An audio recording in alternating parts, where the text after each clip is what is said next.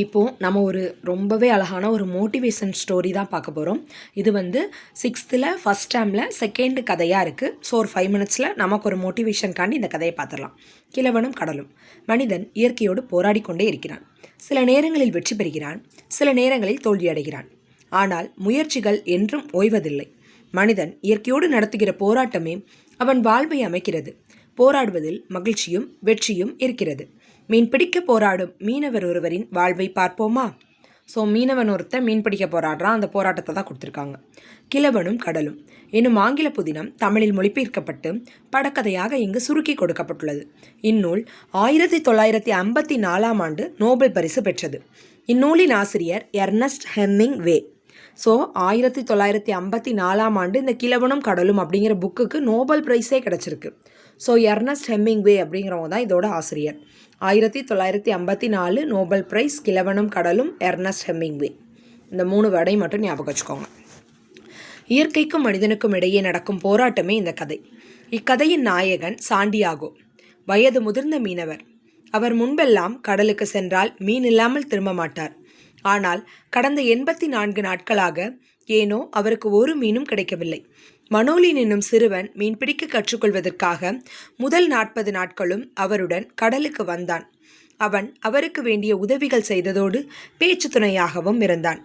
அவரோடு கடலுக்கு போனால் ஒரு மீனும் கிடைப்பதில்லை என்ற அவனை வேறு படகிற்கு அனுப்பிவிட்டனர் அவரது பெற்றோர். இப்போதெல்லாம் தனியாகவே மீன்பிடிக்க செல்கிறார் சாண்டியாகோ. அன்று 85வது நாள். என்ன சொல்லியிருக்காங்க, இந்த கதையோட நாயகன் வந்து சாண்டியாகோ அப்படிங்கிறவர் தான். முன்னாடிலாம் வந்து கடலுக்கு போனால் இப்போவுமே அவருக்கு வந்து மீன் கிடைக்கும். அவர் கூட இப்போ வந்து ஒரு 84 நாளாக அவருக்கு மீன் எதுவுமே கிடைக்கல. கூட ஒரு சின்ன பையன் மனோலின்னு போயிட்டுருக்கான். 40 நாளாக அவருக்கு வந்து கூடையே வந்தான், பேச்சு துணையாக இருப்பான், ஹெல்ப்லாம் பண்ணுவான். ஆனால் அவனுக்கு மீன் எதுவும் கிடைக்கல அப்படிங்கிறனால அவனுடைய பெற்றோர் வேறு கப்பலுக்கு அனுப்பிட்டாங்க. இப்போ இதெல்லாம் தனியாக தான் போகிறாரு. இன்றைக்கி 85வது நாள். கடலுக்கு மீன்பிடிக்க செல்கிறார் சாண்டியாகோ. எனக்கு மீன்கள் கிடைக்கவே கிடைக்காது என்று எல்லோரும் சொல்கிறார்கள். அதை மாற்றி காட்ட வேண்டும். இன்றைக்கி நம்ம பயணத்துலேயும் இதே தான். எல்லோரும் பார்த்துட்டு இருக்கவங்க எல்லோரும் இப்படி தான் சொல்லுவாங்க. தூண்டிலிட்டு காத்திருக்கிறார். தனியாகவே வந்திருக்கக்கூடாது. பேச்சு துணைக்கு மனோலின் இருந்தால் எவ்வளவு நன்றாக இருந்திருக்கும். மனோலினை நினச்சி ஃபீல் பண்ணுறாரு. அவர் இருந்தால் நல்லா இருக்குமே. அடுத்த நாள் காலை. இரவு முழுதும் கடலில் இருந்து விட்டேன். ஒரு மீனும் சிக்கவில்லையே. ஆனது ஆகட்டும், இனி நான் மீன் இல்லாமல் கரை திரும்ப போவதில்லை. அடுத்த நாள் காலையில் ஆயிடுச்சு, மீன் கிடைக்கவே இல்லை. நான் மீன் இல்லாமல் போகமாட்டேன்டான்னு வீராப்பா இருக்காரு. நண்பகல். தூண்டில் கயிறு அசைகிறது. அடடே, தூண்டில் கயிற்றை ஏதோ இழுப்பது போல் இருக்கிறதே. ஏதோ மீன் தான் வந்திருக்கிறது என்று நினைக்கிறேன். மீன் ஏதோ வந்துட்டு நினைக்கிறேன் அப்படிங்கிறாரு. வா வா மீனே, தூண்டில் முள்ளில் உனக்காக சூறை மீனை மாட்டி வைத்திருக்கிறேன். சாப்பிடு சாப்பிடு, அப்போது தானே நீ என்னிடம் மாட்டுவாய். வா வா, அப்படித்தான் வா. தூண்டில் முள்ளை என்ன மாட்டி வச்சிருக்காரு? சூறை மீனை மாட்டி வச்சிருக்காரு. சாப்பிடு, நீ என்கிட்ட மாட்டிக்குவேன்னு சொல்லி சந்தோஷமாக சொல்கிறாரு. தூண்டிலில் மீன் சிக்கிக் கொள்கிறது. தூண்டிலை வேகமாக இழுக்கிறதே. நிச்சயமாக இது பெரிய மீனாகத்தான் இருக்க வேண்டும். தூண்டிலை இவரும் இழுக்கிறாரு, அங்கே மீனும் இழுக்குது. பெரிய மீனாக தான்ப்பா இருக்கணும் அப்படின்னு சொல்கிறாரு. மீனை படகுக்குள் இழுக்க முயற்சி செய்கிறார். முடியவில்லை. மீனே, ஏன் இப்படி தூண்டிலை இழுக்கிறாய்? என்னையும் கடலுக்குள் இழுத்து தள்ளிவிட பார்க்கிறாயா? மீன் நீருக்கு மேலே வருவதும் மூழ்குவதுமாக இருக்கிறது. மேலேயும் வராமல் ஆழத்திற்கும் செல்லாமல் படகை எங்கோ இழுத்து கொண்டே போகிறது. இருக்கட்டும் இருக்கட்டும், எப்படியும் மேலே வந்துதானே ஆக வேண்டும். மாலை நேரம். பசியும் சோர்வும் என்னை வாட்டுகின்றன. நண்பகலில் தூண்டிலில் சிக்கிய மீன் 4 மணி நேரமாக என்னிடம் ஆட்டம் காட்டுகிறது. மீன் அசைவின்றி இருக்கிறது.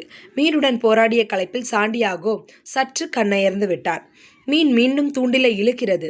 சாண்டியாகோவின் உறக்கம் கலைகிறது. இரவு முழுவதும் தூக்கம் இல்லாததால் என்னை அறியாமல் தூங்கிவிட்டேனோ. இனியும் சும்மா இருக்க முடியாது. அப்படித்தான் ஆகட்டும், மேலே வா. இன்று என்னிடம் இருந்து உன்னால் தப்பிக்கவே முடியாது. அசந்து அப்படியே தூங்கிட்டாரு. மீன் 4 மணி நேரமாக கஷ்டப்பட்டும் அவருக்கு கிடைக்கல.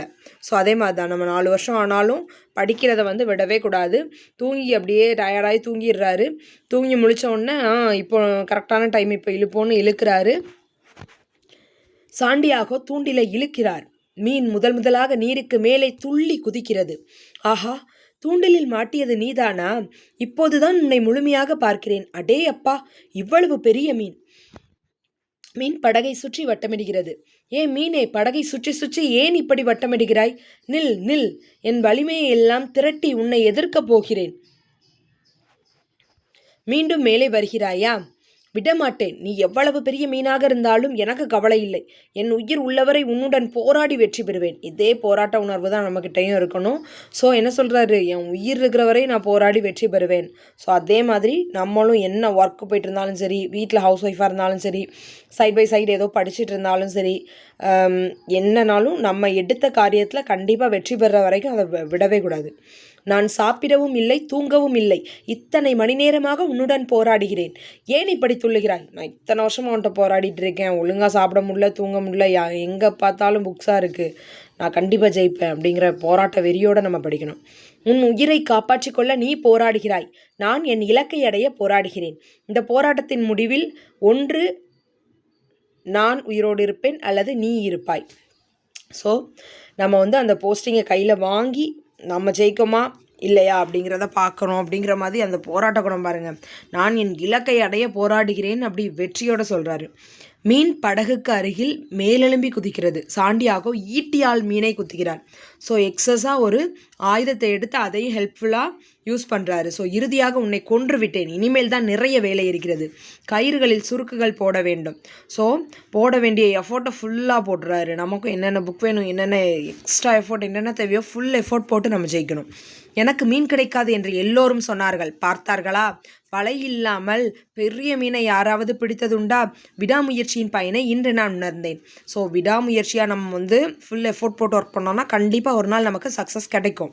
மீனின் நீளம் அதிகமாக இருந்ததால் அதனை படகின் பக்கவாட்டில் கட்டுகிறார். அப்போது படகை நோக்கி சுறா மீன் வருகிறது. நான் பிடித்த மீனை சாப்பிடவா வருகிறாய்? என் ஈட்டிக்கு நீயும் இரையாக வேண்டியதுதான். மேலும் சில சுறா மீன்கள் வருகின்றன. நான் பிடித்த மீனை அவ்வளவு எளிதாக பறிவு கொடுத்து விட மாட்டேன். இன்னும் ஒரு போராட்டம். அப்பாடா, ஒரு வழியாக எல்லாம் ஓய்ந்தது. இந்த மீன் செய்த அட்டகாசங்களை மனோலின் பார்த்திருக்க வேண்டும். சரி போகட்டும், உடனே சென்று எல்லாவற்றையும் அவனிடம் சொல்ல வேண்டும். சாண்டியாகோ சுறா மீன்களை வீழ்த்துகிறார். ஒரு வழியாக கரைக்கு வந்துவிட்டேன். மிகவும் களைப்பாக இருக்கிறது. சரி, படகை இழுத்து கட்டுகிறேன் கரையில். என்ன இது? சுறாக்கள் தின்றது போக கடைசியில் மீனின் தலையும் அதன் எலும்பும் தான் மிஞ்சியுள்ளனவா? படகோடு இருந்த மீனை பார்க்கிறார். தாத்தா, உன்னை பார்க்க ஓடோடி வந்தேன். சாண்டியாகோவை காண மனோலின் வருகிறான் வீட்டில். அடேயப்பா, எவ்வளவு பெரிய மீன் அது! மீன் பிடிப்பதில் பெரிய வீரன் தாத்தா நீ. மனோலின், நான் பிடித்த மீனை நீ பார்த்தாயா? கடைசியில் எலும்பும் தலையும் தான் மிச்சம். அதனால் என்ன தாத்தா? உன் திறமையும் விடாமுயற்சியும் வென்றுவிட்டதே. இனி உன்னை யாரும் பழித்து பேச முடியாது தாத்தா. உன்னிடம் கற்றுக்கொள்ள வேண்டியவை நிறைய இருக்கின்றன. இனி நான் உன்னோடு தான் மீன் பிடிக்க வருவேன். ஸோ நம்ம ஜெயிச்சு அடுத்தவங்களுக்கு வழிகாட்டியாக மாறணும். யாருமே வந்துட்டு இது செட் ஆகாது அப்படின்னு இந்த லைன்லேருந்து ரிவர்ஸில் போகிறதுக்கு நம்ம ஒரு எக்ஸாம்பிளாக இருந்துடக்கூடாது. இவங்க படித்தாங்க அப்புறம் கிடைக்கலன்னு விட்டுட்டாங்க அப்படின்ற மாதிரி இருந்துடக்கூடாது. ஸோ நம்ம ஜெயிச்சு அந்த ப்ரூஃபோட அட்லீஸ்ட் இவனுக்கு கிடைச்ச மீனோட தலையும் எலும்பு மாதிரி இருந்துச்சுல, அந்த மாதிரி எந்த கவர்மெண்ட் போஸ்ட்டோட நம்ம என்ன பண்ணணும், நம்ம ஜெயிச்சிட்டோன்றதை நிரூபித்து காமிக்கணும். அடுத்தவங்களுக்கு எப்போவுமே வெற்றிக்கான விடாமுயற்சியான அந்த திறமையும் விடாமுயற்சியும் வென்று விட்டதே அப்படின்னு அடுத்தவங்க நம்மளை எக்ஸாம்பிளாக பார்க்குற அளவுக்கு நம்ம நடந்துக்கணும் அப்படின்னு சொல்லி முடிச்சிட்டாங்க இந்த கதையை. ஸோ இது நாட் ஒன்லி டிஎன்பிஎஸ்சி, நம்ம எந்த இதுக்கு ஆப்டாக செட் பண்ணி பார்த்தாலுமே செட் ஆகும். அதாவது ஒரு தொழிலாக இருக்கலாம், ஒரு லைஃபாக இருக்கலாம், நம்மளோட ஒரு பார்ட் ஆஃப் லைஃபாக இருக்கலாம். எதுக்குனாலும் செட் பண்ணி பார்த்தோன்னா இந்த கதை அப்படியே ஆப்டாக செட் ஆகும். அதனால தான் இதுக்கு நோபல் ப்ரைஸே கிடச்சிருக்கு. 1954 இந்த கிழவனும் கடலும் அப்படிங்கிற கதையோட ஆசிரியர் யார்? எர்னஸ்ட் ஹெமிங்வே அப்படிங்கிறவங்க. ஸோ அந்த 3 வேர்டை மட்டும் ஞாபகம் வச்சுக்கோங்க. 1954 எர்னஸ்ட் ஹெமிங்வே கிழவனும் கடலும் அப்படிங்கிறது. அதோட இந்த கதை முடிஞ்சிருது. Thank you friends.